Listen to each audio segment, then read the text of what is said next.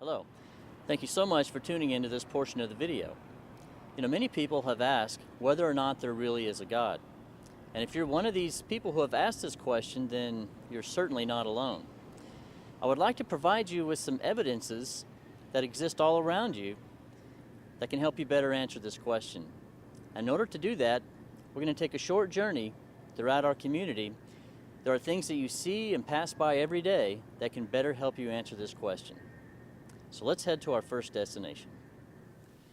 Some people tell us that there are no absolutes in life, that you can never really know anything for sure. They say this because they believe it is impossible to know whether or not there is a God or there isn't a God. But that doesn't make sense. As I stand here in the cemetery, there are two absolutes that I can know for sure. Either I'm alive or I'm not alive. There's not an in-between answer. And in the same way, I believe we can know whether there is a God or there isn't a God. Either He created us in a way that's historically recorded for us in the Bible, or we're the process of blind chance and accidents. But there's evidence that exists all around us in our community that can help us answer this question. Let's head to another destination and get some more ideas. Either there is a God or there isn't a God. Let's see where the evidence leads us. All right. Living in this community, you have no doubt had the opportunity to see one of the many aircraft flying overhead. When I see these airplanes, I think about the immense complexity that goes into making an airplane.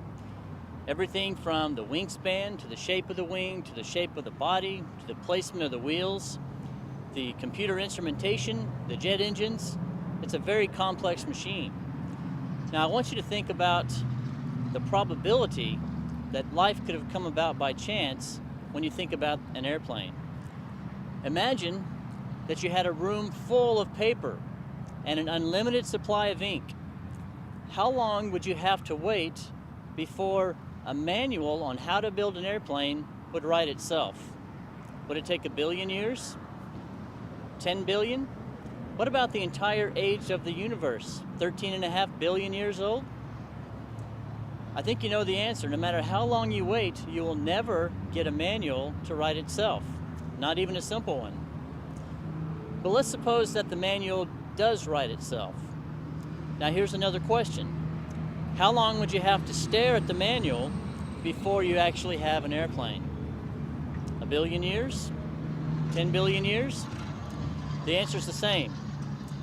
You never are going to have an airplane because the manual doesn't write itself, and without workers who can read the manual, the airplane doesn't get built. In the same way, our bodies are made up of trillions of cells, and inside of every one of those cells is a manual. It's a manual on how to build you, where to place your nose, where to place the ears on your head, your circulatory system, your respiratory system, your brain, your eyes. Everything is in the manual that we call DNA. So the next time you see one of these aircraft flying overhead, ask yourself, where does the manual come from?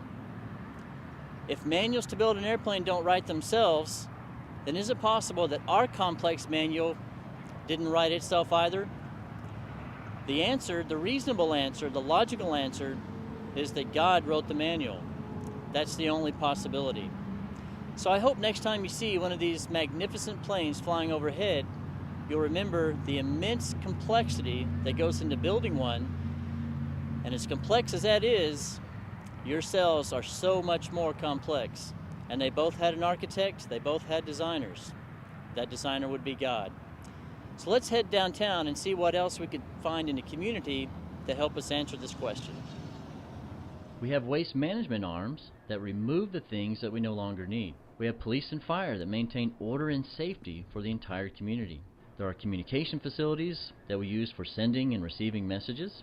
There are fueling stations to power our motorized vehicles. There are restaurants to supply us energy. There are roads so that we know how to get to places within the community. So how long do you think it would take nature to build this community of Choctaw all by itself? Could nature build every road, gas station, restaurant, medical facility, firehouse, grocery store, all by itself without the help of a human mind? How about if you give nature 1 billion years? 10 billion years? How about 100 billion years? Could nature do it? No, the answer is never.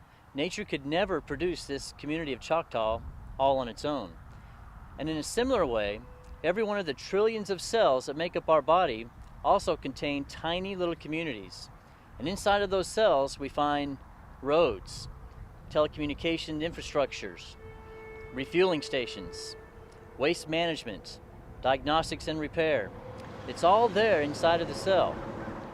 Now, if the town of Choctaw could not be the product of chance and accident, then it is quite impossible that the communities that exist in our cells could be the result of chance and accident.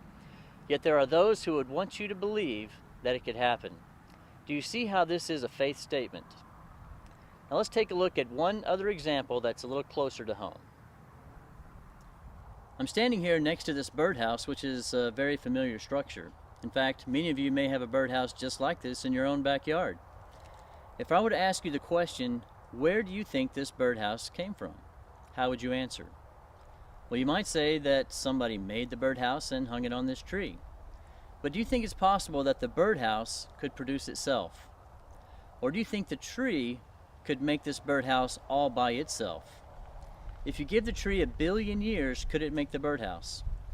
If you give it 10 billion years, could it do it? Or how about 100 billion years?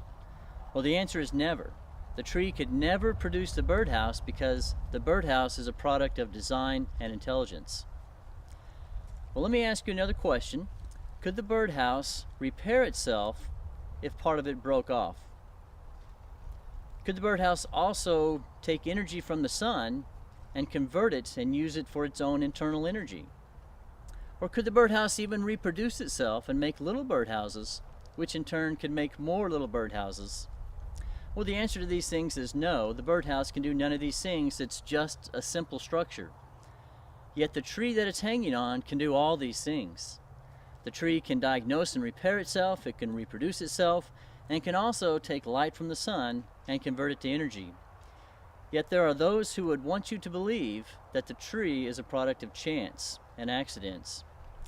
If the birdhouse, as simple as it is, requires a designer, how much more so does the tree in all of its amazing complexity? And to top it all off, the tree is alive. Well, I hope you can see that the evidence for a creator is all around us. All you have to do is think for yourself. There are many, many questions we could ask at this point, such as, where did all the fossils come from that are buried in the rock layers all over the earth? How did those once living organisms get trapped in the rock to begin with? Is there any evidence to support a worldwide flood? Can we really trust the Bible? Or who is Jesus, and should we listen to him? Well, if these questions are interesting to you, I would invite you to follow the directions at the end of this presentation. Does God exist? You have two choices. Where does the evidence lead you?